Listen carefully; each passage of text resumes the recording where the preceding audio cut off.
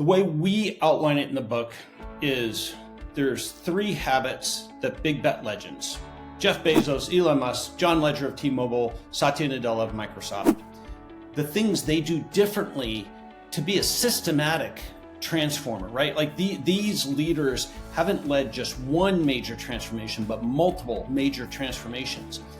These things have an extremely high failure rate to them, and there's so many reasons why they go wrong. But what we discern from both working with them and studying them is that they do 3 things differently. They create.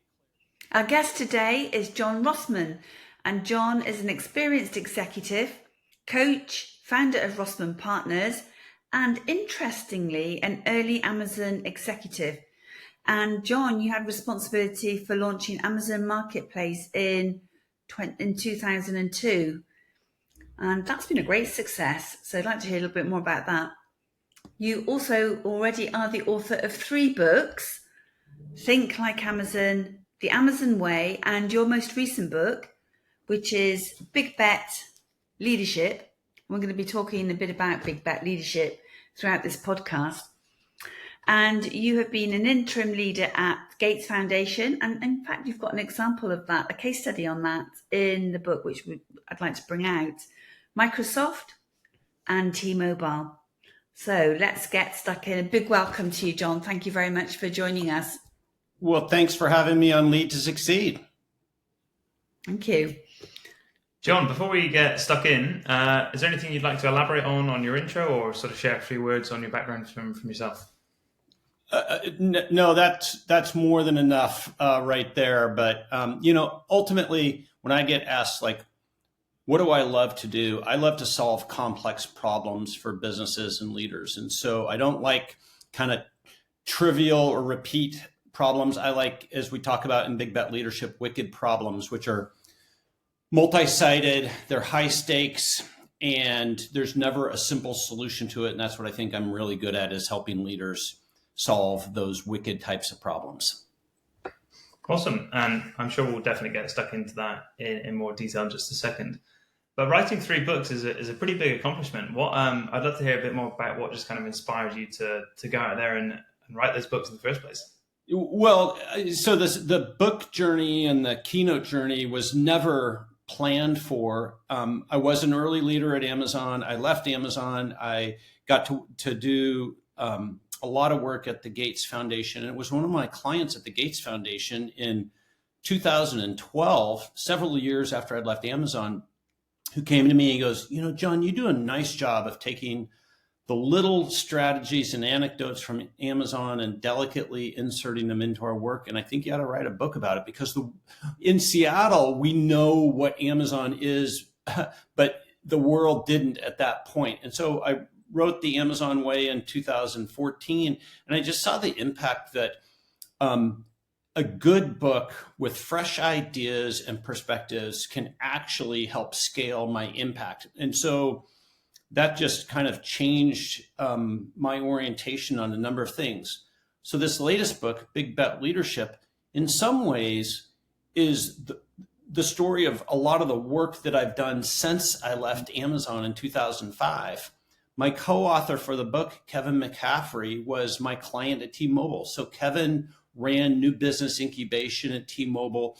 A lot of the practices in this book came from our experience at T-Mobile, and taking a lot of the practices from Amazon, but reverse engineering them, making them specific for a company that didn't want to be Amazon and didn't have all the DNA that Amazon had, and some of the highlights and lowlights of the lessons that we learned at T-Mobile. So that's what kind of got me into both the books and kind of some of the inspiration for Big Bet Leadership.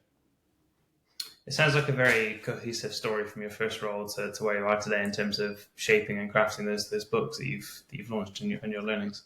Well, none of it has really been by plan. And, really all I've tried to chase in my career are hard problems, and nothing more of a plan than that. But I keep seeing good stories, and that people continue to need not just inspiration for transformation. I think that's a pretty easy door to kind of get through, but it's actually like, what do I practically and tactically do differently as a leader when I'm trying to change something versus being a good operational leader. So a big bet is fundamentally a high stakes situation. It has high potential impact for an organization, but it also comes packed with risks, complexities, dependencies, unknown unknowns. And so it has that dual kind of tension in it, high potential impact, but really complex to take.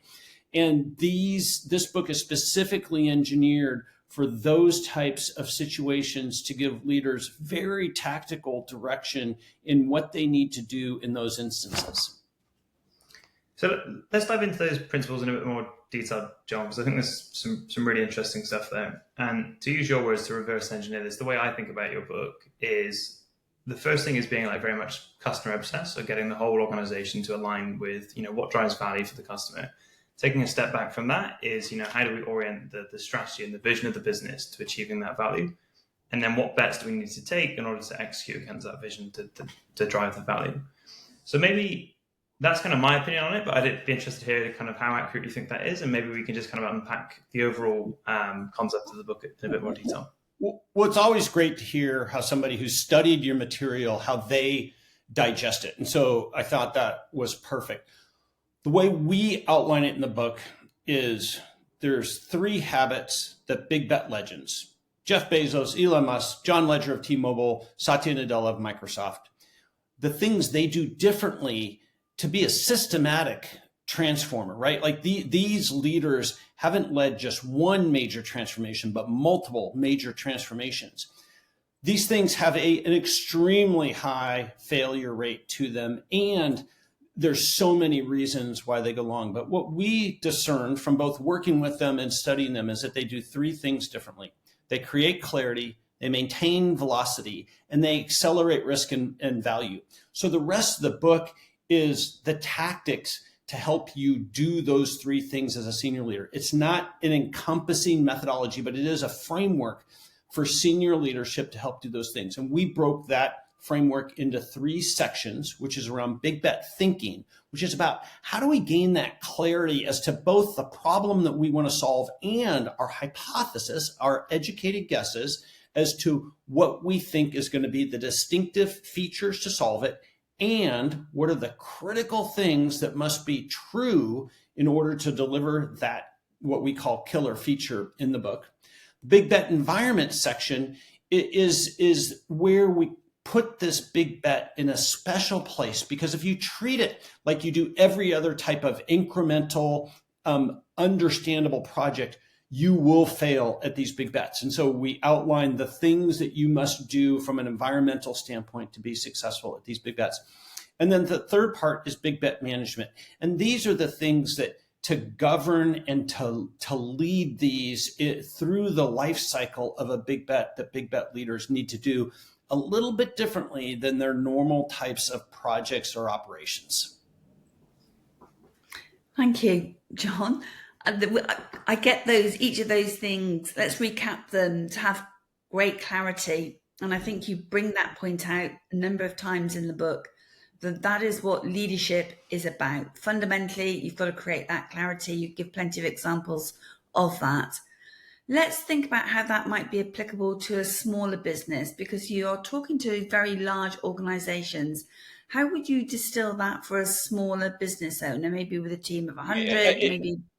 It is the exact same challenge in big organizations. In fact, I think big organizations, they get exponentially more complex, but they fundamentally come down to the same thing, which is we don't really slow down and debate and get at a clarity of thinking about either what we think the real problem is. Like we talk about getting at the real suck in the book, right?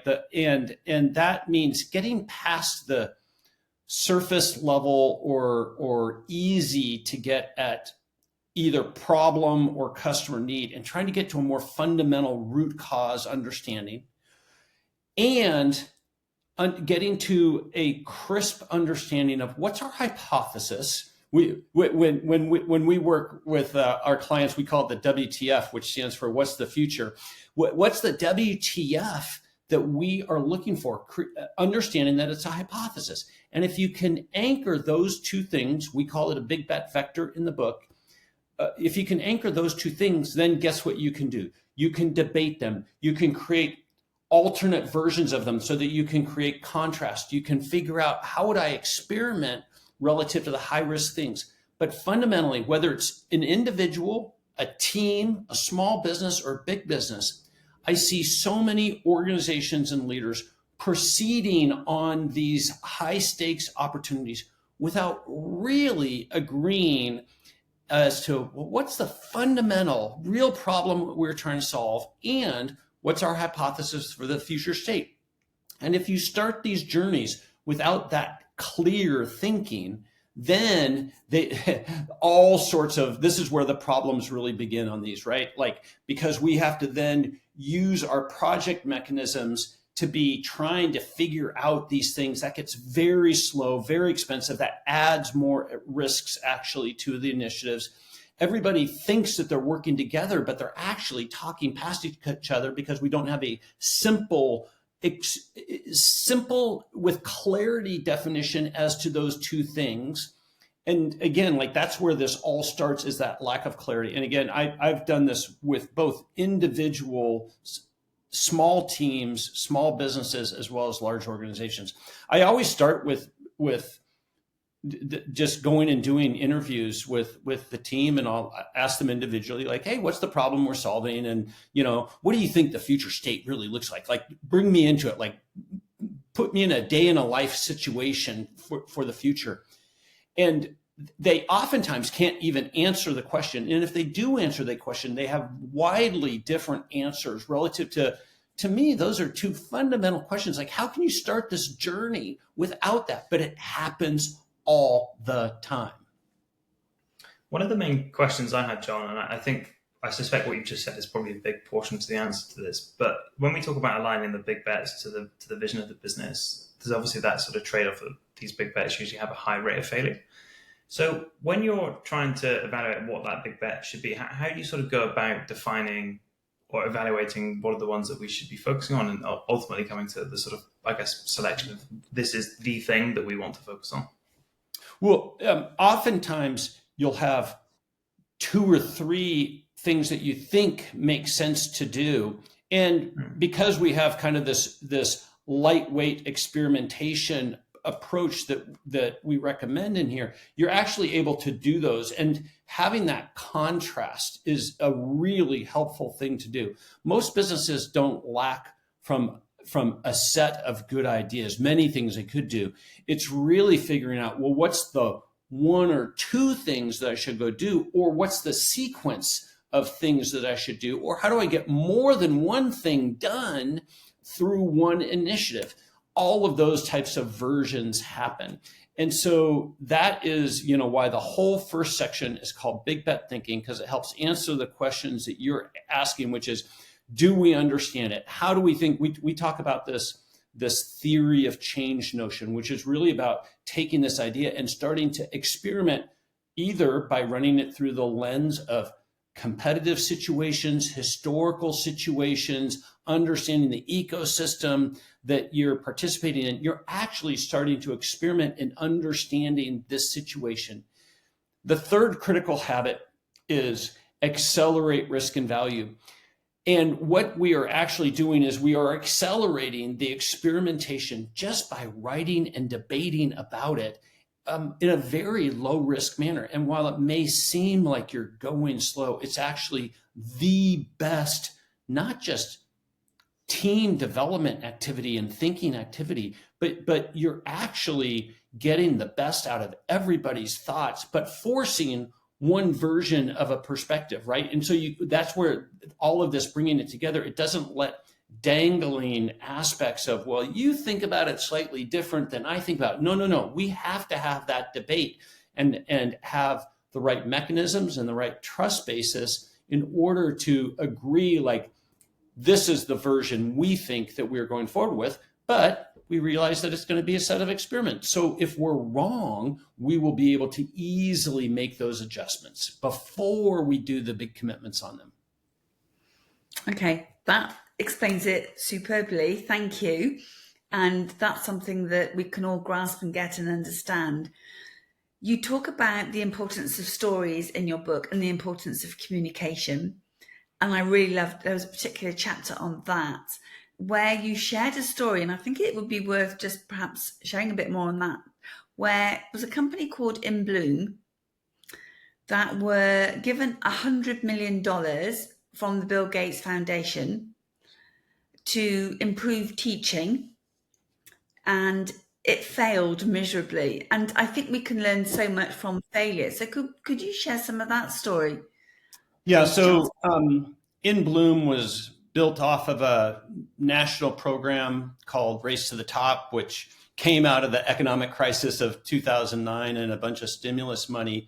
And the whole theory behind In Bloom was to build a composable, reusable platform and set of tools that would create a marketplace that would allow teachers to have better cohort information about the students in their classroom and how to personalize the instruction to them on a scalable basis, right? Like that's a tricky problem. And what got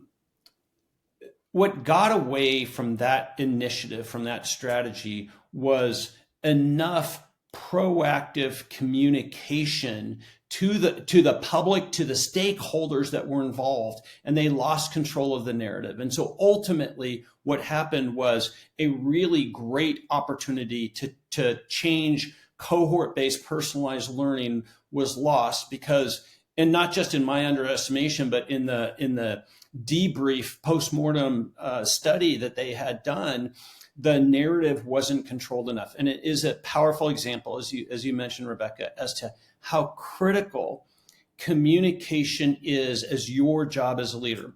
Now, there's good communication that can be done, and there's actually not just unhelpful, but hurtful communication that can be done. And so we outline leveraging this concept called destination postcards, about how to use this big bet vector that we've already talked about, how to use that to turn it into a set of this is where we're going, this is how we're proceeding, communications for the right stakeholders for the right time.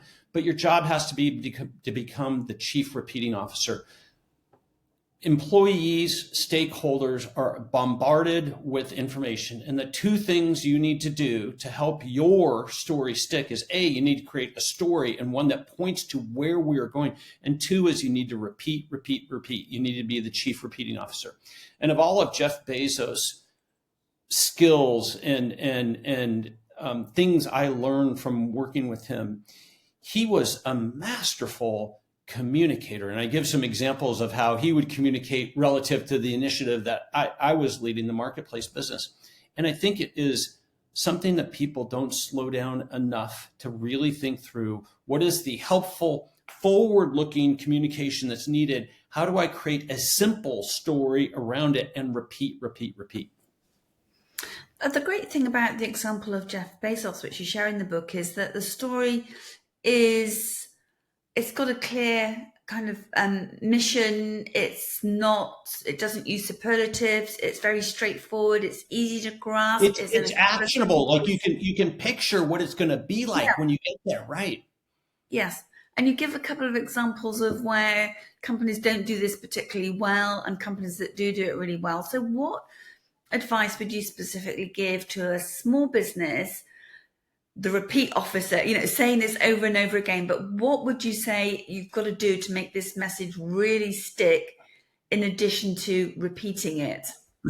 It has to speak to whoever the customer is or the user is, right? That's why you have to get to that real deep, like what really sucks understanding.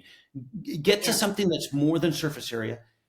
Make it super vivid about here's why you are going to love either the new product, the new service, or the new situation that we are going to. And you have to delicately communicate, here's the journey we're on. We are either experimenting on this, we are proceeding on this, or we are fully committed to this.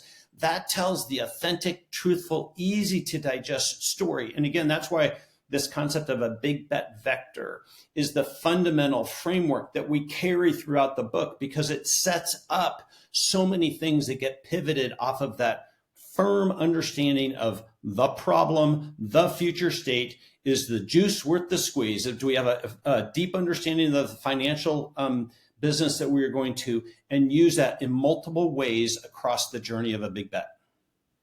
Okay. Well, thank you for that. But when you say maintain velocity, you're going through a transition. It's very easy to, lose momentum. But what do you mean by maintain velocity, and how does that play out? Could you share an example? Yeah, yes. So we chose those words carefully, maintain velocity, because everybody starts off these journeys, these initiatives with incredible enthusiasm. We're going to be available, we'll make it a priority, yada, yada, yada, right? But they quickly become just another thing that gets managed across a business. And what big bet legends do is they find ways to keep the main thing, and they do not let it slow down. And so we outline through the 3 chapters of Big Bet Environment a number of things that help do this. Oftentimes, it's the policies and procedures that we put in place that are intended for a normal operating circumstance that actually work counter to maintaining velocity. So those things can be predicted, and we give some recommendations on how to solve for those. Oftentimes, it really comes down to our team formation. And so of the many recommendations that we give throughout the book, having a small committed team that includes a set of stakeholders, but still a small committed team, is, I think, the most controllable and critical aspect of succeeding at these big bets. Now, for a small business, you might be going, but we're a small team. How do we do that? And that's where it gets back to some of our prior conversation, which is this recipe book is for very high potential, very high risk situations. If you can't personally either make this a high priority, be actively leading this engagement, or allocate a senior leader to do it, then you have to realize you are not setting yourself up for success. So you probably shouldn't. You should find a different path or a different problem to go solve at this point until you can have these things. By design, by definition, these are very complex situations to drive, and the speed at which we progress against them and the ownership that's needed against them is a critical factor to being successful. So don't kid yourself. Don't think, well, we can be different. We can have a part-time allocated team and we can be successful at this. You are setting yourself up to be one of those failure statistics if you adopt that mindset. I think the way you phrase it is really nice, because it's so easy, isn't it, when you start one of these projects, then to have a lot of urgency, momentum, everything, excitement behind it from day one. And then 2 weeks down the line, it's where are things? So keep the main things. It's just another project, right? And people lose that focus. And so again, these big bet legends don't let that happen, and we give you some techniques on how to help you not to let that happen. And actually, one of my favorite questions I'd like to ask our guest, John, we've touched on, I would say, sort of 3 main areas here. We've talked about velocity, we've talked about culture within the organization, and we've talked about sort of effective communications. What do you think are the other common traits that you've seen across highly effective leaders? Yeah. Fundamentally, they don't tackle the real problem in their business, right? And so they're experiencing some symptom that tells them they're not differentiating in the marketplace for their customers, right? And so you have a lower win rate, your margins are being compressed, your churn rate is increasing, your customer acquisition costs are not on target. You have a financial model that is not providing the fuel to the fire to grow this business. And so too often companies go to the easy truth instead of the real truth about the problem to be solved. I mentioned in the book, and we work off of this framework, I think the best book written about strategy, called Good Strategy, Bad Strategy. And the author Rumsfeld gives this fundamental, simple framework of, good strategy actually recognizes the inherent critical problem, which can be framed as an opportunity, but we'll frame it as a problem. The critical problem in a business develops a general principle about how to solve it, and then a set of tactics that enact that principle. And so we build off of that framework into our work, because I think that is fundamentally, people like to go to the easy narrative, the comfortable understanding of the problem versus the real hard problem, which is oftentimes the team, the perspectives, the accountability, all of these things that we've been talking about. And so I think it really starts with getting the problem right and picturing what the future state is. But that is just the start of being successful at these. And I think that's key, is just the start, right? And one thing I was keen to get your thoughts on is a lot of our listeners are either, as Mum said, running their own small business, perhaps they're leaders within a large organization. As we sort of draw things to a close, John, if you could give our listeners kind of 3 or 4 key tips that they could go away and implement tomorrow, next week, next month, what would those sort of 3 tips be? Well, I'm going to be my own chief repeating officer here, right? So I'm going to talk about some things that we've already talked about, which is if you truly want to win, you have to do something remarkable for your I'll call it customer, but it could be your constituency, right? You have to do something remarkable for them. And the way you do something remarkable for your customers is you get to a deeper understanding of truly, like, what are they trying to get done? And you propose an alternative to their current state or their current options for buying. People don't switch unless you bring them something that is significantly better, not marginally better, but significantly better than the thing they're already using or they're already adopting. And I think too many, and this has no impact as to the size of the business, but having a distinct value proposition is critical to win the right clients. And I think, again, people don't spend enough time on getting that value proposition right, and then driving that across everything you do as an organization. Well said. Totally agree with you. Yeah, thank you, John. It's been fantastic to have you. I don't know where time has disappeared. Thank you so much for sharing your insights. Again, we will put Big Bet Leadership in the show notes. And I have to say, it's a really practical book, because at each chapter, you've got resources and ideas for implementation and taking it to the next stage, which I think is invaluable in a book like this. We can read and then we can implement. So I thought that was excellent. Thank you, John. It's been great to have you. You're welcome. Yeah. So as you mentioned, like, we do take the book, we keep it pretty lightweight. There's a acronym called TLDR, too long didn't read. We didn't let the book suffer from TLDR, but we took all of these recommendations and have a number of tools: a Big Bet journal, a pre-flight checklist, a Big Bet GPT, and a set of prompts that can help you put this book into action, all available for free. You can go check them out at bigbetleadership.com. Thank you. That was going to be my last question, John. You mentioned some free resources at the start of the podcast. Is that the best place for our listeners? That is the place to go get the free resources, bigbetleadership.com. Perfect. And closing thoughts, what are the best way for people to reach out to you if they want to follow either bigbetleadership.com, you can get in touch with me, or LinkedIn, John Rossman. I'm pretty easy to find there. Perfect. John, I think it's been a really insightful podcast. I've learned a lot. I've got some more reading up to do on your book, so big thank you from me. Yes, well, thank you very much. Thank you. Pleasure to meet you both, and super fun conversation. And I look forward to figuring out some ways to help others solve hard problems. Excellent. And there's a lot of hard problems on the horizon, so There's no shortage of wicked problems to solve, is there? That's absolutely true. Thank you, John. Thank you. Take care.